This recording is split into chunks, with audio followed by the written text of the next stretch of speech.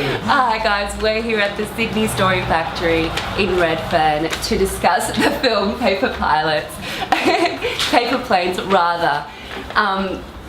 In cinemas at the moment, starring Sam Worthington, we're joined by the real life Paper Pilots, or should we say Paper Kids? Paper Pilots, they're professionals. Professionals. That's right. Mr. Dylan Parker and James Norton. Thanks for having us, Lydia. Thanks for being here, guys. Taking some time out of your busy schedule. I can imagine you guys have been in demand after the film's release. Now, what I wanted to discuss today is what most people probably don't know, that the film was inspired by a true story, your very own story. Now, why don't you tell us a little bit about that?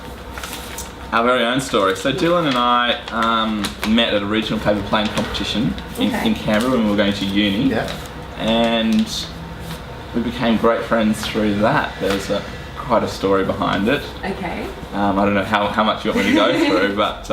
However much you're Sure. comfortable So with. Dylan turned up to this paper plane competition. I'd never met him before, but he had a padded suitcase full of amazing planes. Oh wow. And he was throwing them around. There was like Stingrays and darts and gliders, and they were just flying beautifully. And I was just like, I'm gonna like this kid a lot because he's so cool. You know, he's just like me. He loves flying planes. So the film was directed by show director Robert Connolly.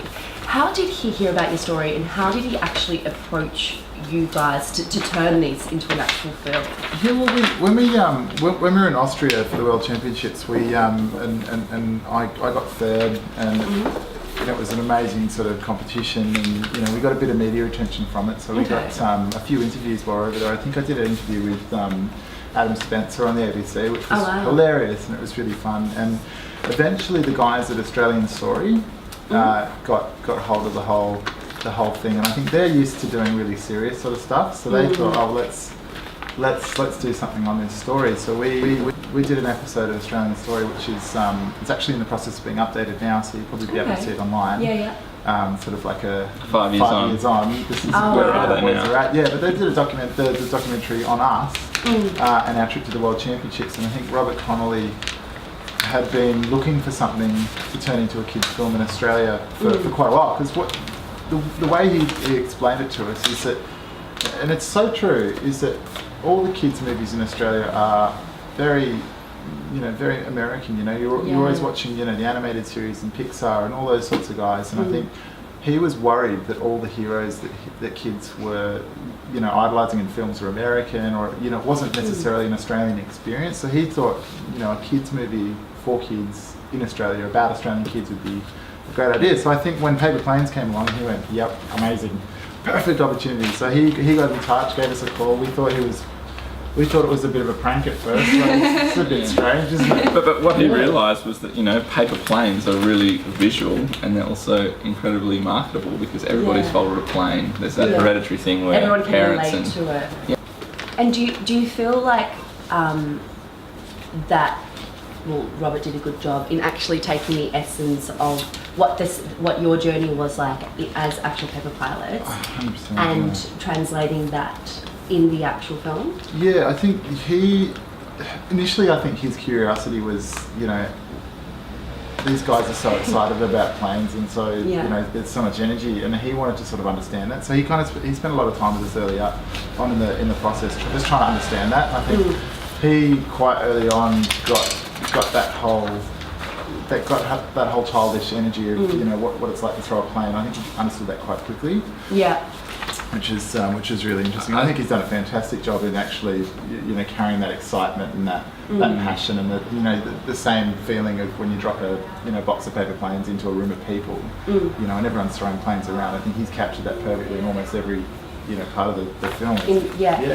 So Dylan's mum taught him his first plane, and so that sort of sowed the seed for him loving flying toys and all sorts of things throughout his childhood. And it was the same with Robert. His mum taught him origami, so there was there was that connection that they knew that there was something in this that would attract kids, especially in these day and age with tablets and iPhones, that sort of thing. So it's a really tactile design object to perform the function of flight. And how true is the actual film to the real life story?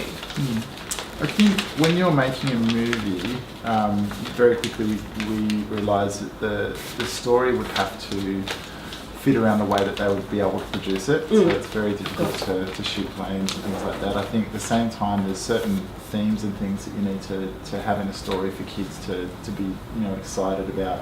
The narrative and things like that. So I think what Robert's done is he's taken lots of different elements and things that he thinks knows would be successful and would be important to people in Australia, because like we were saying before, American films have very different values and themes and things like that. So I think he's put all that together in a way that it's kind of like he's picked all the different things and put it all together in this one little crazy mashup of ideas. And I think so he's taken a lot from us, but he's taken a lot from a lot of other places as well. So it's, there's some really interesting characters, that have come to light. I think there's a few during filming where they, the actor brought the characters so much to life that changed the story in a way. So he had to rewrite the script and do changes on the fly and things. So it's sort of a big growing beast, that whole. Definitely. So given that this was a kids' movie, Sam Worthington was actually playing a more serious role, and he's not really, as an actor, not known to play those sort of like deeper, more complex, disturbed roles. Do you feel like you did a good job in portraying, we've had all the critics are saying it's one of his best performances. So I think that might be his niche, or I don't know, one of his many talents is just being able to support kids in a family film, because they lead the story, like with Paper Planes. Like Dylan carries the story all the way along, and Ed Oxenbould, an actor, and he's just so young. He was such a brilliant actor. And that kid can fold too, like he's And same with Nicholas, Jason, the bad kid in the film. He was quite the character. He can fold a really hard plane that when I first learnt, it was really hard to do. We had a race on the final day. It was set, and he was 2 seconds behind me by the end of it. Have such huge success. I mean, you guys have drawn in like $6 million profits after just 2 weeks. Yeah, I think it's at 7.2 now or something. Yeah, it's still getting climbing higher, but. And I mean, there's films out there like you've got Unbroken, Angelina Jolie's first, directed film. What do you guys have to say to the non-believers out there, the adults of the world? Absolutely. You go through life, and sometimes there's tiny little opportunities and things like that, and sometimes you take them, sometimes you don't. And I think the beautiful thing about this story is that we took this little tiny opportunity to go in a tiny little paper plane contest 6 years ago in this tiny little town in Canberra. And it could have been something that we very easily didn't do. We could have just gone and done something else that day. But the idea that we could just take this one little opportunity and it turned into this massive snowballing, it turned into a dream of ours.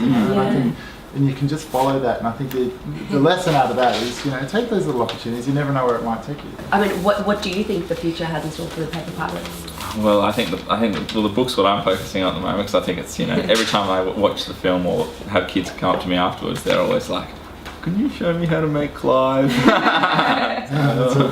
I'm going to ask you, if we have any paper left, if you guys could fold me the plane that got you to Austria. So it's quite boring and simple, but wide wing, so it's a glider. It's got lots of weight at the front, so you use your legs, your arms, your gut to throw it as high as you can and let it circle to the ground.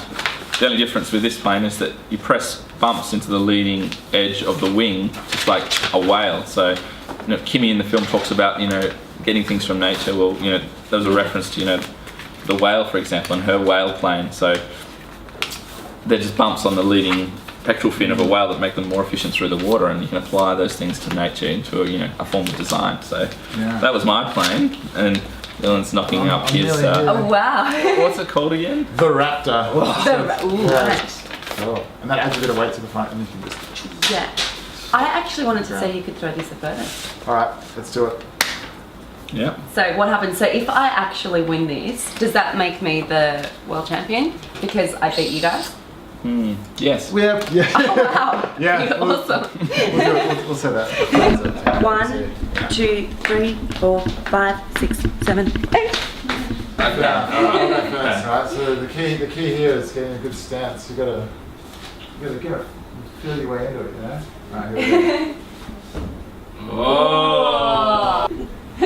Where's the lines? This one. This one here. This one. Don't step over. If you step over, you disqualify. Be a foot foul. Oh. Whoa! I mean, like, how did that happen?